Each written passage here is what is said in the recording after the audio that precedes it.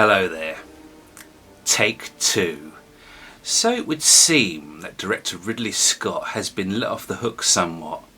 His 2017 movie Alien Covenant, which I had originally thought would be the worst film of the decade, it turns out now has been pushed to one side.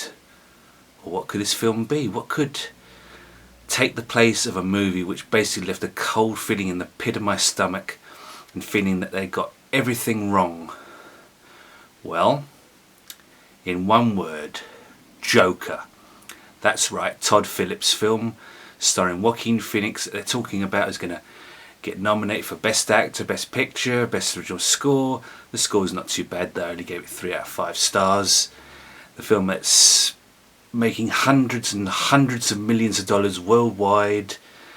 They're saying, it's got a great, precedent, for the character of Joker. Have these people ever watched Tim Burton's 1989 movie?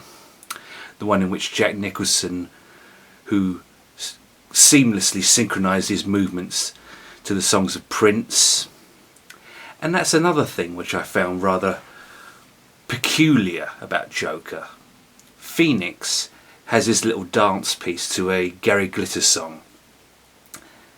His dance movements don't synchronise with that song.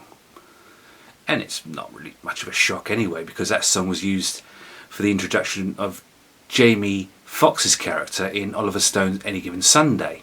Worked quite well in that movie. It's not much of a tune anyway. But the problem I had with Joker, there are many. I'm not going to list them all here. In essence, I found the film morally bankrupt. I've already tweeted about this and had some rather colourful reactions from people, which I'm not going to go into great detail here because everyone's entitled to their opinion. And I think it's important to remember that I'm not judging the people that like the film. I'm judging the film. So when somebody takes it personally, it's not my intention at all. The work is coming under the microscope, not the person out there watching it, just the work.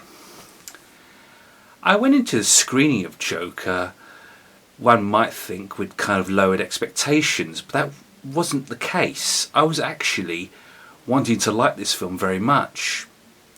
I even went to the trouble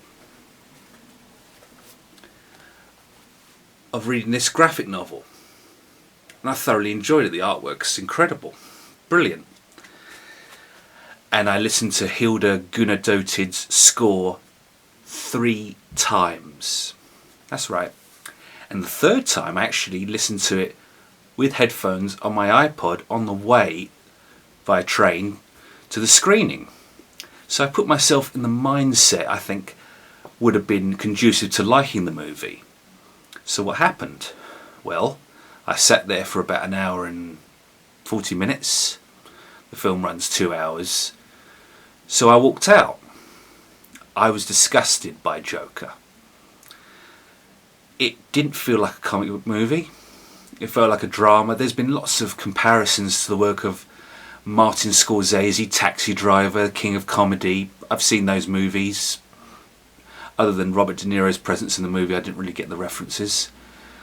When I get this increasing feeling of panic, uncertainty from the filmmakers, where they're just kind of trying to be ambiguous, throwing the film out there, just seeing what lands without any thought for craft, care, attention to detail, I tune out. And that was an increasing problem here. In fact, Joker earns the title of worst film of the decade because not only does it get everything completely bonkers wrong, it doesn't even have any redeeming qualities to it. Phoenix, for example, he has been so much better with more realised characters in the past. Gladiator, his Commodus, Walk the Line, Johnny Cash. These are 4-dimensional, fully realised human beings. Joker isn't.